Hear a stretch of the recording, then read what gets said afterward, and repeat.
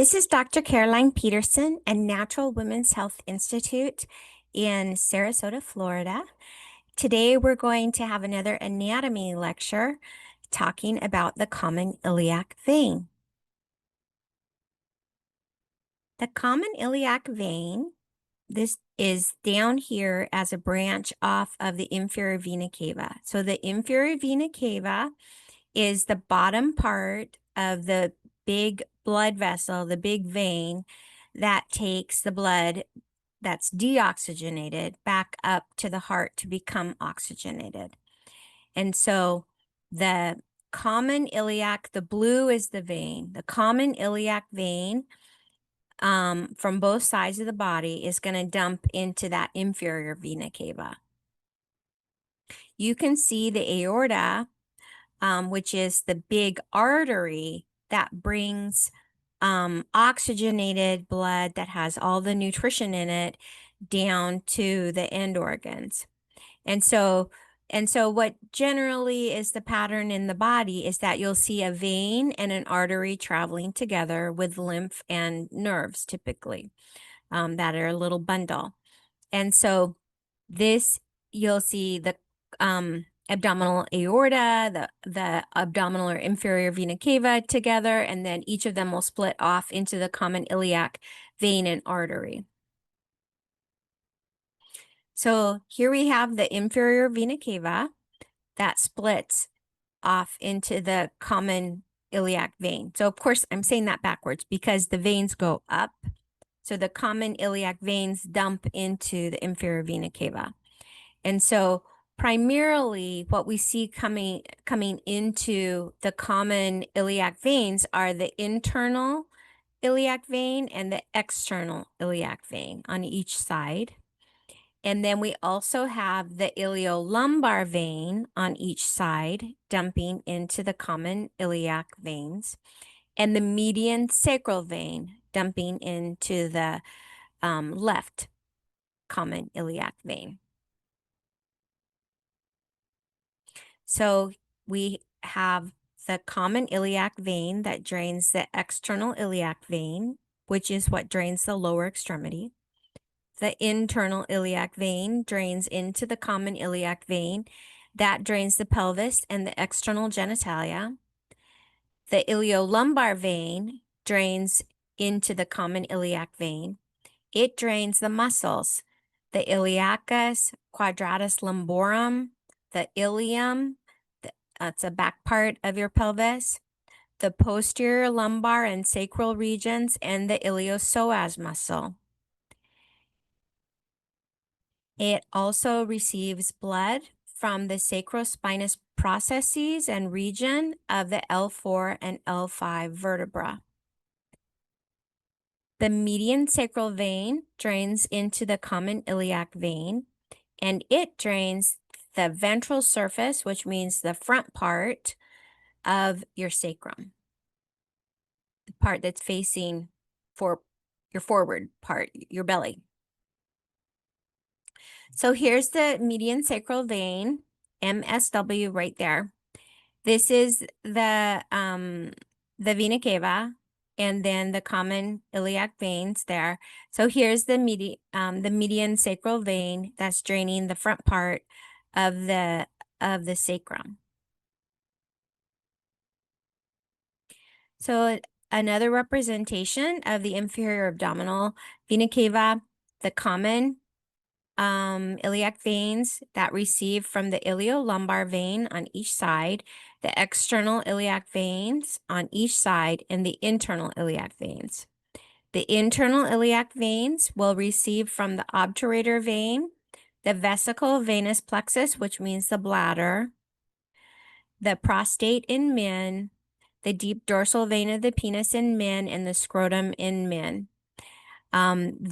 Also the inferior rectal vein and the middle rectal vein. The superior rectal vein does not drain into the internal iliac vein.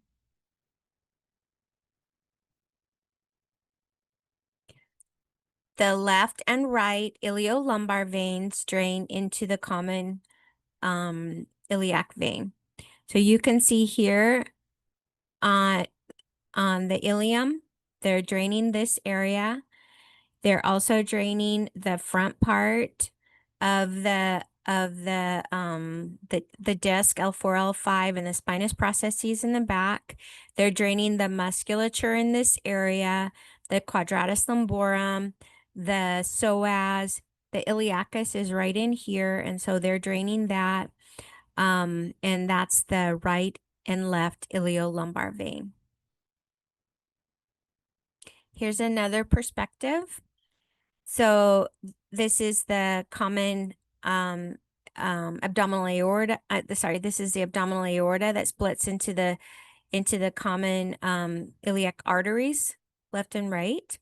This would be the abdominal vena cava that splits into the common iliac vein, left and right. Here we have the L4, L5 disc, and right here is the iliolumbar vein that's draining into that left, in this case, common iliac vein. So if we look in a cadaver over here, we'll have the same L4, L5 disc. And here is the common iliac vein and the iliolumbar vein.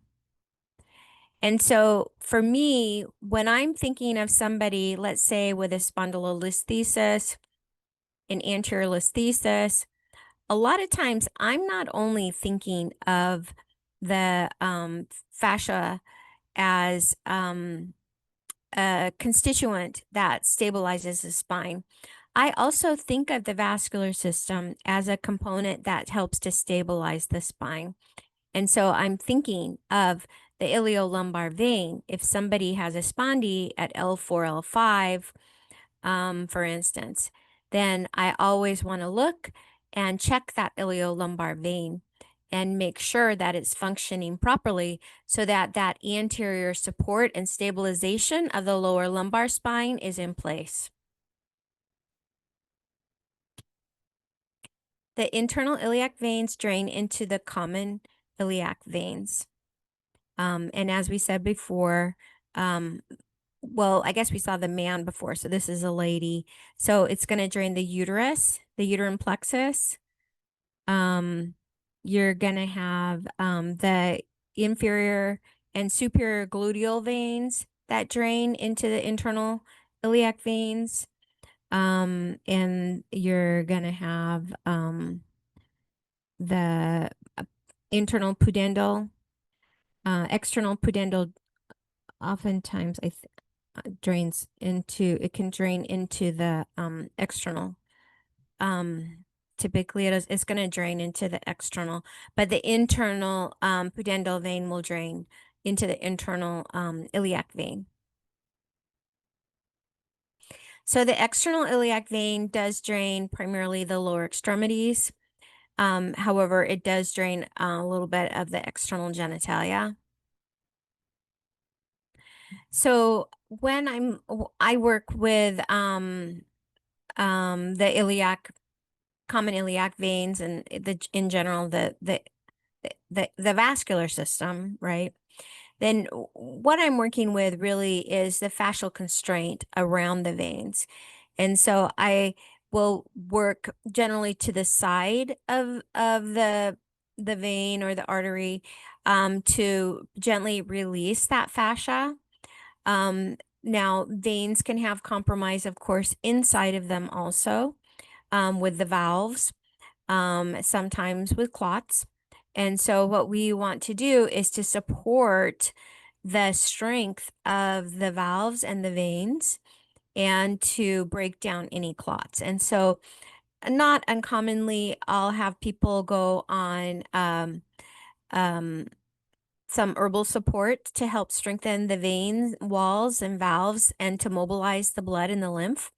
And I may also put them either like on a blood thinner, like fish oil or vitamin E, as well as something to break down clots like nattokinase or lumbrokinase. So if there are incompetent veins then typically that is something that manual therapy will not be able to address. But if they're not too advanced, the herbs can help with that, as well as other things like making sure the viscera or the organs are not pressing on the veins and making a lot of resistance to the blood coming up, and also having optimal body weight and muscle tone and the ideal amount of exercise.